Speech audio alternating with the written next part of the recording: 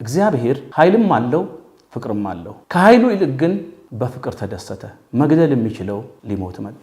በዘመናት ሰዓሊያን በስዕል፣ ደራሲዎች በድርሰት፣ ጸሐፊያን በረጅም የትረካ ጽሑፋቸው ፍቅርን መግለጽና ፍቅርን ማብራራት፣ ፍቅርን ማሳየት አልቻሉ።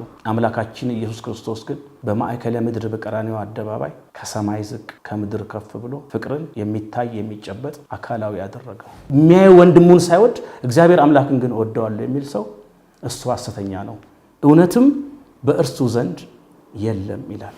አምላካችን ኢየሱስ ክርስቶስ ለትልቅነት አልሰራም፣ ትልቅ ስራ ነው የሰራው። ለትልቅነት የሚሰሩ ይገላሉ፣ ትልቅ ስራን የሚሰሩ ግን ይሞታሉ።